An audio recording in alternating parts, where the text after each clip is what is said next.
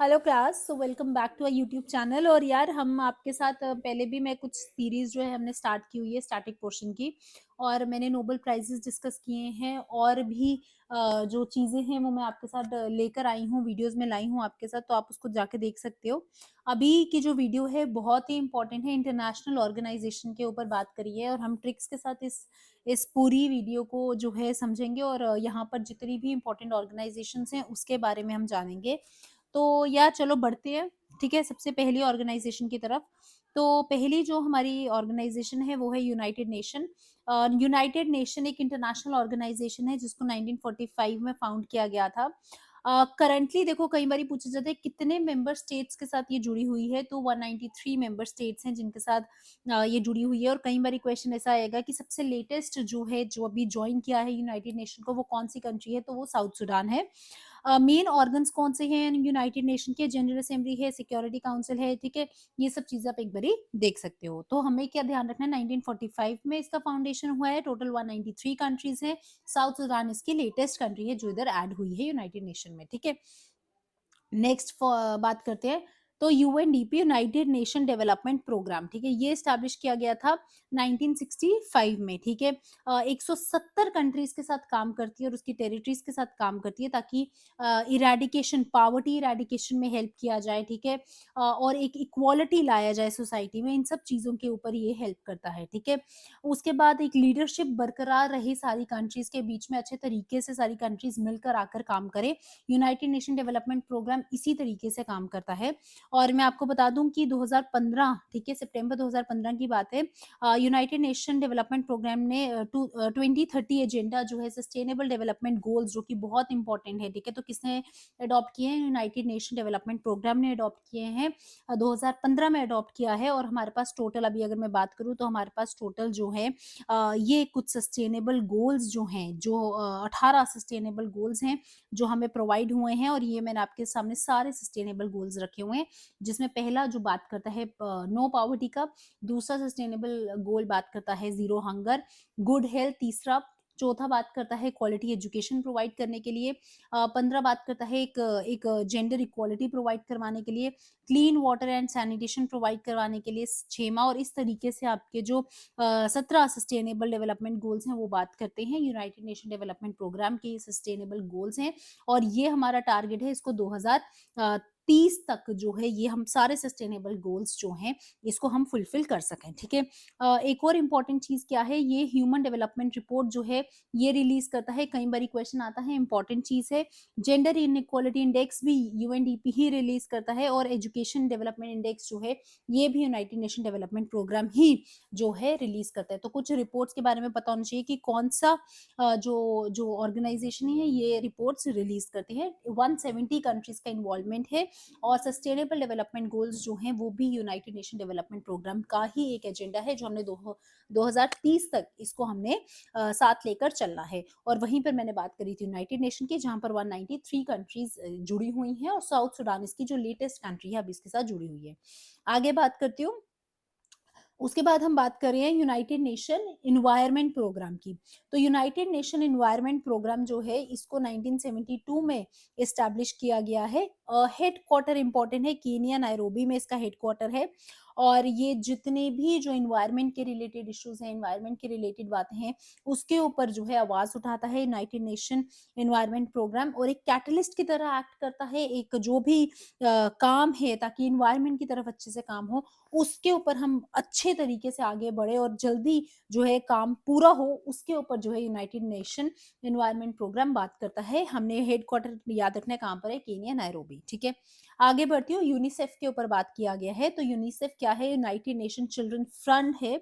United nation general assembly का एक एक प्रोग्राम है जो कि चिल्ड्रन के राइट्स के प्रोटेक्शन की बात करते हैं, चिल्ड्रन को जो है एक इक्वालिटी प्रोवाइड करवाने की बात कर रहे हैं, एजुकेशन प्रोवाइड करवाने की बात करता है। यूनिसेफ वही एक एक ऑर्गेनाइजेशन है जो बच्चों के हित के प्रोग्राम के लिए काम करती है, ठीक है। उसके अलावा इसके हेडक्वार्टर की मैं बात करूं तो न्यूयॉर्क, यूनाइटेड स्टेट्स में इसका हेडक्वार्टर लोकेटेड है, आप इसको याद रख सकते हैं। आगे बढ़ते हैं तो फूड एंड एग्रीकल्चर ऑर्गेनाइजेशन के ऊपर बात करी है। अब फूड एंड एग्रीकल्चर ऑर्गेनाइजेशन जो है, जो भी एक इंटरनेशनल लेवल पर अगर कोई भुखमरी है, ठीक है, कोई गरीब है, खाना नहीं मिल रहा है, उसको फाइट करने के लिए बेसिकली ये ऑर्गेनाइजेशन काम करती है। और जितने भी न्यूट्रिएंट्स की कमी हो रही है किसी भी फूड में, उसमें एक प्रॉपर न्यूट्रिएंट्स, कौन से न्यूट्रिएंट्स होना चाहिए, क्या चीज़ इस पैकेट में होनी चाहिए, क्या चीज़ नहीं होनी चाहिए, इसके ऊपर सारी की सारी बातें जो है फूड एंड एग्रीकल्चर ऑर्गेनाइजेशन ही करता है, ठीक है। इसके अलावा मैं बात करूं तो इसका हेडक्वार्टर कहाँ पर है, रोम इटली में है। 194 मेंबर स्टेट्स जो हैं इसके साथ जुड़े हुए हैं, ठीक है। तो ये आपको चीजें थोड़ी बहुत याद होनी चाहिए। उसके बाद आगे बात करते हैं IMF. IMF which is international monetary fund, ठीक है। इसको भी 1945 में क्रिएट किया गया था, यूनाइटेड नेशन को भी 1945 में क्रिएट किया था, और इंटरनेशनल मॉनेटरी फंड को भी 1945 में क्रिएट किया गया था। इसमें 189 कंट्रीज जो हैं साथ जुड़ी हुई हैं। इसका मेन पर्पस ही ये है कि एक इंटरनेशनल मॉनेटरी सिस्टम का एक स्टेबिलिटी आए। कहीं पर भी कोई भी कंट्री जो है, अगर किसी को पैसों की कमी है या उसके पास फंड्स नहीं है, तो इंटरनेशनल मॉनेटरी फंड जो है उनको फंड्स प्रोवाइड करवाता है, कई बार ग्रांट्स भी प्रोवाइड करवाता है, लोन्स भी प्रोवाइड करवाता है, ठीक है। तो इस तरीके से जो है काम चलता है। ग्रांट्स और लोन्स में क्या डिफरेंस है ये आप मुझे कमेंट सेक्शन में बताते हो, और ये प्लीज मुझे जो है इसके रिस्पॉन्स दो यार, ताकि हम एक अच्छा एक आउटलुक लेकर चलते हैं। बहुत ही इंपॉर्टेंट चीज क्या है कि कौन कौन सी रिपोर्ट जो है आईएमएफ पब्लिश करता है एग्जाम पॉइंट के लिए, ये चीजें बहुत इंपॉर्टेंट है। तो रिपोर्ट के नाम याद रखने हैं। World economic outlook report IMF publish करता है, global financial stability report economy IMF publish करता है, fiscal monitor report IMF publish करता है, और रीजनल इकोनॉमिक रिपोर्ट भी आईएमएफ जो है पब्लिश करता है। देखो आईएमएफ की मैं बात करूँ तो इंटरनेशनल मॉनेटरी फंड, ठीक है, मनी के रिलेटेड बात होती है। तो यहाँ पर वर्ल्ड इकोनॉमिक है, मनी से रिलेटेड बात होती है, तो ऐसे याद रखेंगे, एक वो रिपोर्ट ही पब्लिश करता है। फिर यहाँ पे अगेन फाइनेंशियल बात हो रही है, अगेन पैसे से रिलेटेड बात हो रही है, तो ये रिपोर्ट भी आईएमएफ पब्लिश करेगा, ऐसे ही याद रख सकते हैं। फिस्कल पॉलिसी अगर आपने पढ़ा होगा, ये भी मनी मैटर से रिलेटेड है, बजट से रिलेटेड होती है, ये भी आईएमएफ पब्लिश करता है। रीजनल अगेन इकोनॉमिक, वर्ल्ड है और रीजनल है, ठीक है। तो overall world economic outlook report और रीजनल इकोनॉमिक दोनों ही आईएमएफ पब्लिश करते हैं। ये चीजें हमें जो है हम याद रख सकते हैं। 189 कंट्रीज इसके साथ जुड़ी हुई हैं। आगे बढ़ती हूँ, उसके बाद आ जाता है यूनेस्को। यूनेस्को जो है it is known as United Nation educational scientific and cultural organisation, ठीक है। अब ये क्या करता है, ये काम करता है कि पूरी की पूरी कंट्रीज में आगे पीछे कहीं पर भी इंटरनेशनल पीस की बात आ रही है, एजुकेशन की बात आ रही है ऑल ओवर दी वर्ल्ड, तो उनको जो है कंट्रीज को ये चीज प्रॉपर प्रोवाइड करवाई जा सके, ठीक है। यूनेस्को का जो प्रोग्राम है ये कंट्रीब्यूट करता है एक सस्टेनेबल डेवलपमेंट गोल्स जो हमने अचीव करते हैं 2030 में, जो मैंने आपको पीछे भी बताए थे कौन कौन से गोल्स हैं, ठीक है। आप मुझे कमेंट सेक्शन में बताओ कि सस्टेनेबल डेवलपमेंट गोल 17 किसकी बात करता है, ठीक है।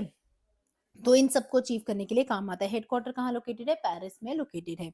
आगे बढ़ती हूँ, अगली बात आ रही है वर्ल्ड हेल्थ ऑर्गेनाइजेशन की। World Health Organisation again health के रिलेटेड कोई भी मसला है, कोई भी डिजीज से रिलेटेड कोई भी चीज है, कोई भी पैंडेमिक है, एपिडेमिक है, अगर ऐसी कोई चीजें जो है वर्ल्ड में स्प्रेड हो रही हैं, उस पे जो एक्शन लेता है वो वर्ल्ड हेल्थ ऑर्गेनाइजेशन ही हमें डायरेक्शंस प्रोवाइड करवाते हैं, हमें जो है चीजें बताते हैं, ठीक है।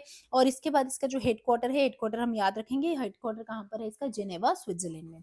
नेक्स्ट है वर्ल्ड बैंक। वर्ल्ड बैंक आपको पता है जिसे आईएमएफ काम करता है कि फंड्स प्रोवाइड करवाओ, ग्रांट्स प्रोवाइड करवाओ, इसी तरीके से वर्ल्ड बैंक जो है ये वर्ल्ड में अगर पॉवर्टी है इसको रिड्यूस करने का काम करता है, पॉवर्टी को खत्म करने का काम करता है, इकोनॉमिक ग्रोथ की तरफ काम करता है।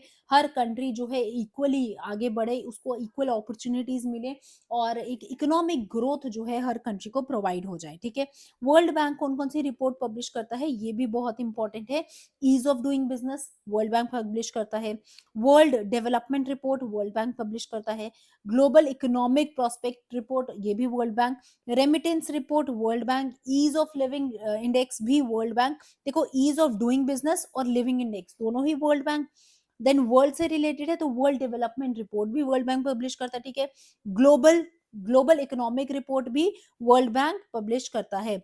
उसके अलावा मैं बात करूँ रेमिटेंस, रेमिटेंस समझते हो? रेमिटेंस का मतलब है कि अगर हमारी कंट्री से कोई बाहर गया हुआ है और वहाँ से जो पैसे वो कमा रहा है, वो पैसे जो वो इंडिया में भेज रहा है, उसको हम बोलते हैं रेमिटेंस, ठीक है? तो ये जो रेमिटेंस है, रेमिटेंस आप समझो बाहर गया है, वर्ल्ड की बात हो रही है ना, तो इस तरीके से हम याद रख सकते हैं। रेमिटेंस रिपोर्ट भी वर्ल्ड बैंक ही पब्लिश करता है, ठीक है?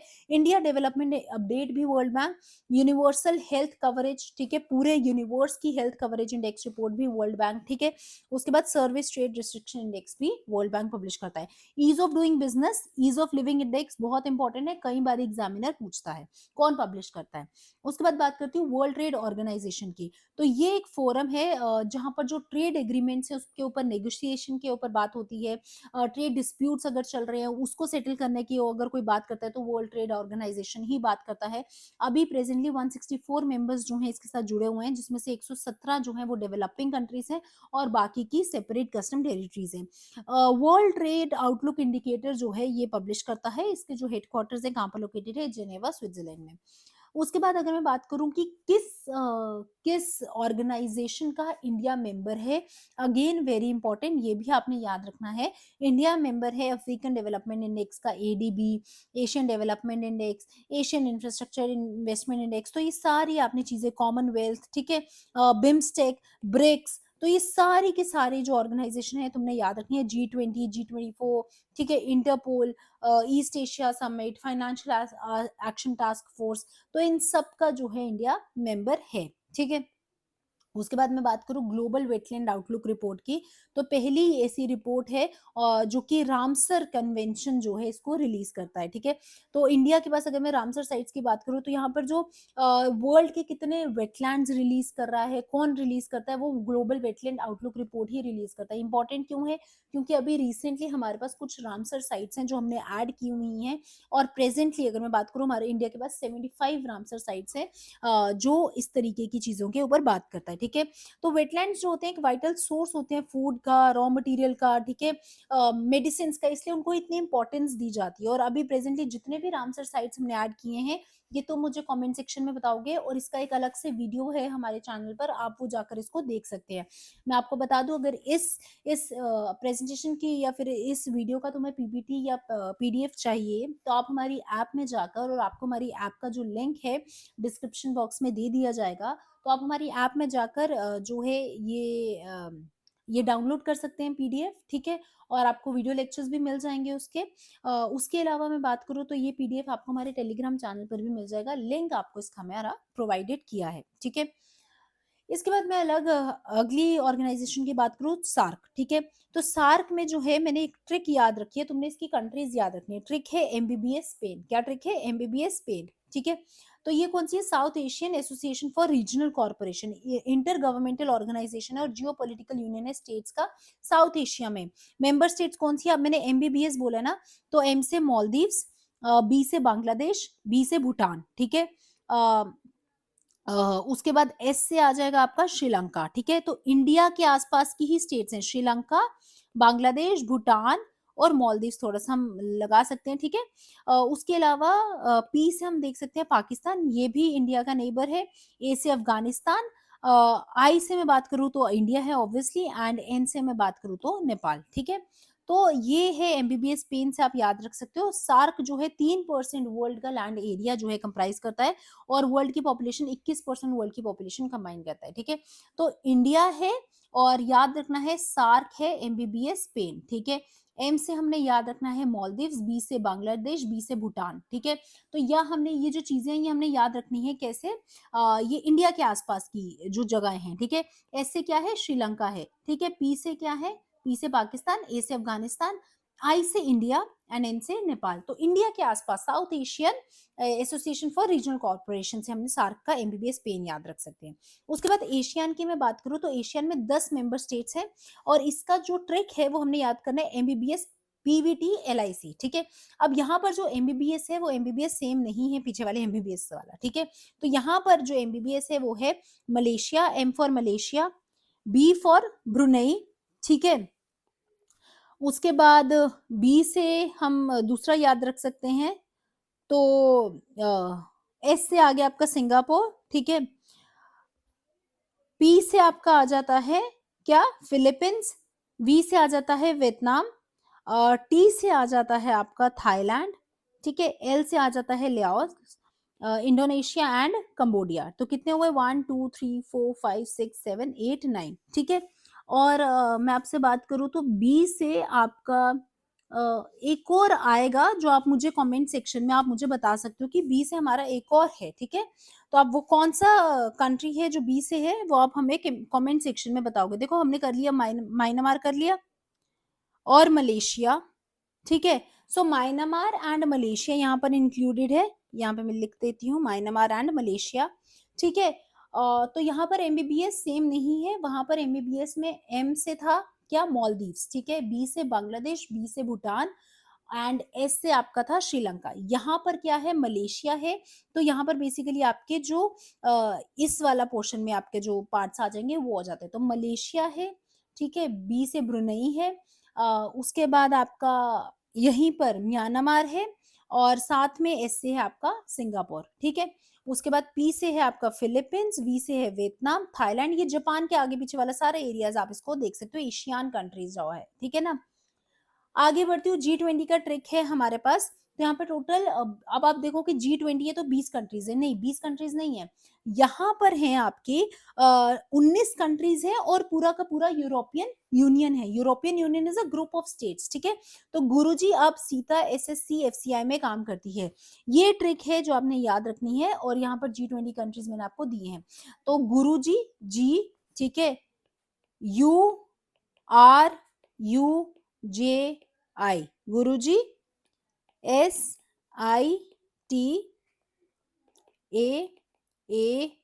अब SSC FCIM, ठीक है, में जॉब करती है। तो ऐसे हम याद रख सकते हैं। और ये हमारा क्या हुआ, देखो गुरुजी सीता अब एसएससी एफसीआई में काम करती है, ठीक है। तो G for Germany, U for USA, R for Russia, U for UK, J for Japan, India, Saudi Arabia, Indonesia, Turkey, Australia, Argentina, Brazil, South Korea, South Africa, Canada, France, China, Italy, Mexico, ठीक है। तो इस तरीके से हम G20 countries याद रख सकते हैं। फिर उसके बाद आती है बिम्स्टेक कंट्री, जिसको हम bay of Bengal initiative for multi sectoral technical and economic corporation भी बोलते हैं, ठीक है। ये जो है 1.73 बिलियन पीपल का पॉपुलेशन इंक्लूड करता है और जीडीपी जो है वर्ल्ड की 4.4 ट्रिलियन इंक्लूड करता है। अब इसमें bay of Bengal, bay of Bengal समझ, अगर ये आपका इंडिया है, ये आपका अरेबियन सी है, इस साइड पड़ता है आपका बे ऑफ बंगाल, दैट मीन्स इस साइड की कंट्रीज हमें ध्यान रखनी है। तो कंट्रीज कौन कौन सी है, बे ऑफ बंगाल से अगर मैं बात करूं तो यहाँ पर क्या आ जाता है, सबसे पहले बांग्लादेश आ जाता है, बांग्लादेश है, इंडिया भी आ जाएगा, इंडिया भी है, बे ऑफ बंगाल में लाई करता है, म्यांमार है, म्यांमार भी इधर लाई करता है, श्रीलंका भी है, ठीक है, थाईलैंड इधर कहीं है, नेपाल भी है, देख रहे हो, फिर नेपाल या कहाँ पर है, यहाँ पर है, ये भी बे ऑफ बंगाल में है। तो ये सारी की सारी जो कंट्रीज हैं ये क्या आ जाती हैं, बिम्स्टेक में इंक्लूड होती हैं। तो यार यहाँ पर मैंने आपकी इंटरनेशनल ऑर्गेनाइजेशन कवर करी है, और इंटरनेशनल ऑर्गेनाइजेशन में मैंने बहुत major major organisation including their headquarters जो है वो कवर किए हैं, ठीक है। तो आज की क्लास में इतनी रखती हूँ। आई होप आपको वीडियो अच्छा लगा हो। Thank you so much.